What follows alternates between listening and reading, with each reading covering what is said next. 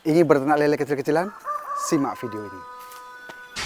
Assalamualaikum warahmatullahi wabarakatuh.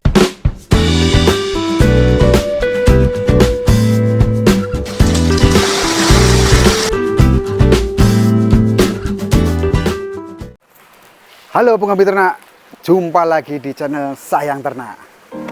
Channel yang selalu berbagi sharing pengalaman mengenai berternak lele, entok, dan ayam.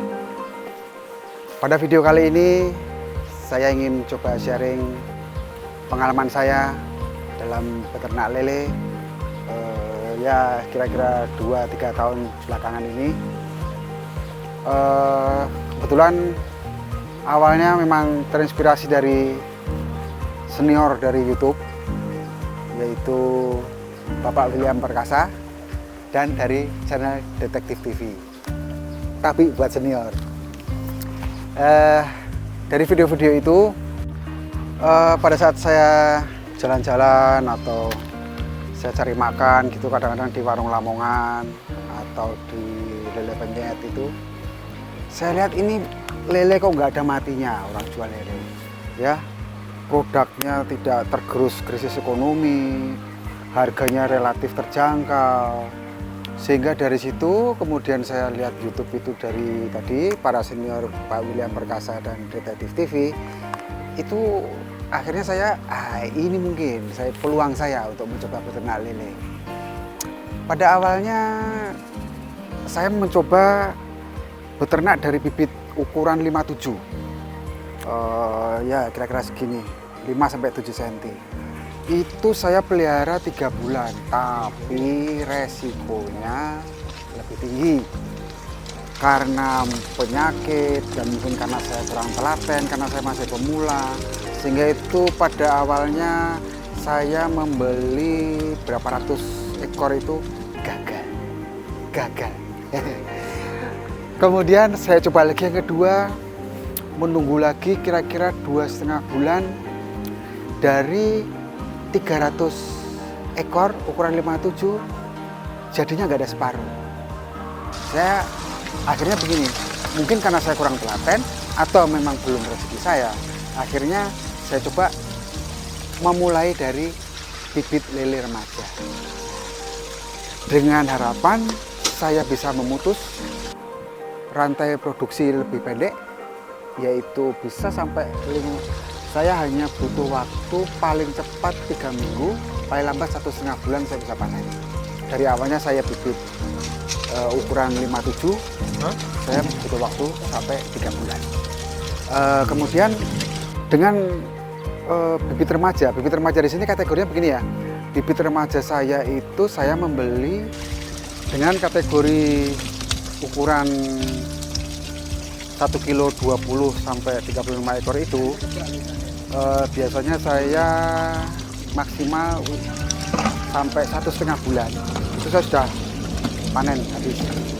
Paling tidak saya 2 atau 3 minggu di awal itu saya sudah bisa memanen, karena sifat lele sebagai ikan itu dia karnivor ya, dia kanibal, sehingga pertumbuhan ikan itu kan dalam satu kolam itu tidak merata. Ada yang duluan besar, ada yang masih kecil, yang besar bisa makan yang kecil, tapi kadang-kadang juga terjadi yang besar dikeroyok sama yang kecil. Sehingga biasanya saya 2 atau 3 minggu langsung saya sortir, ukuran besar langsung bisa kita jual, yang kecil kita kembalikan lagi ke kolam, kemudian kita menunggu lagi sekitar 2-3 minggu lagi, begitu seterusnya.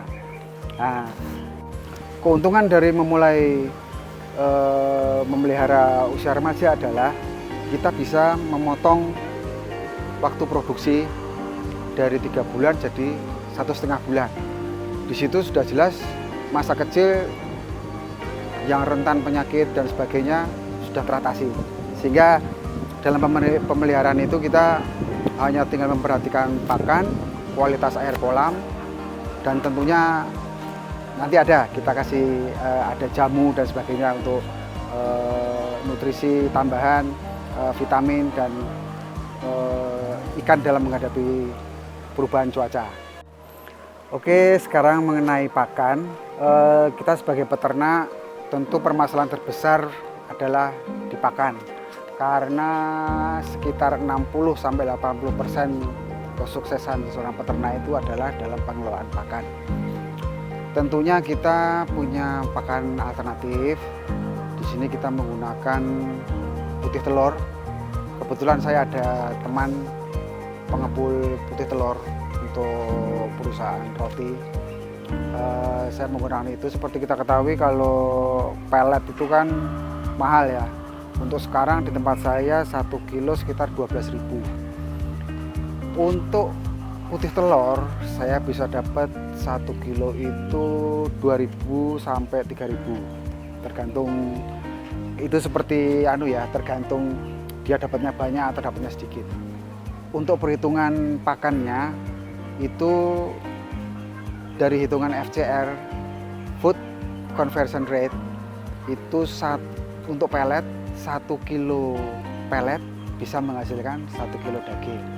Sedangkan pakan alternatif saya itu putih telur, itu untuk 1 kilo daging itu membutuhkan 2,5 kilo pakan.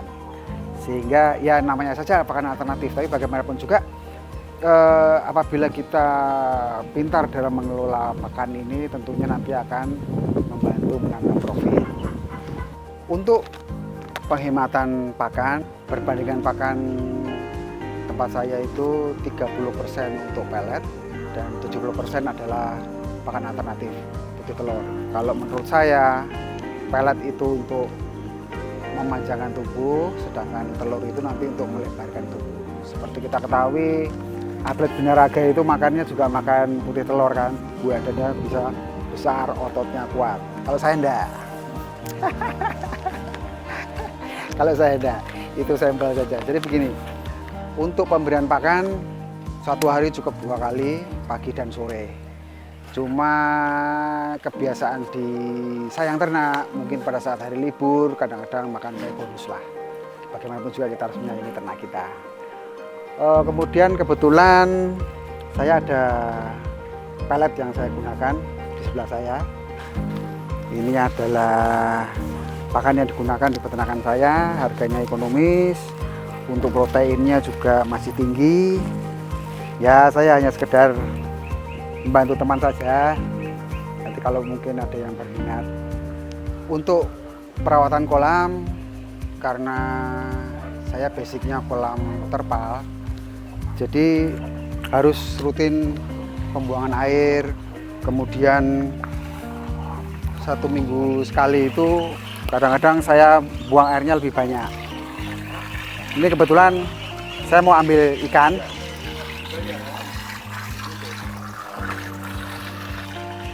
Kolam ini berukuran 3 kali 5 meter persegi dengan ketinggian sampai 1 meter.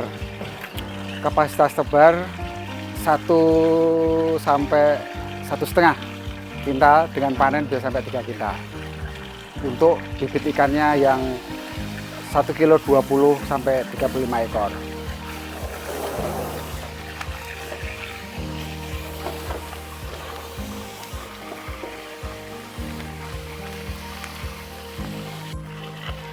Ini kebetulan akan saya bongkar kolamnya.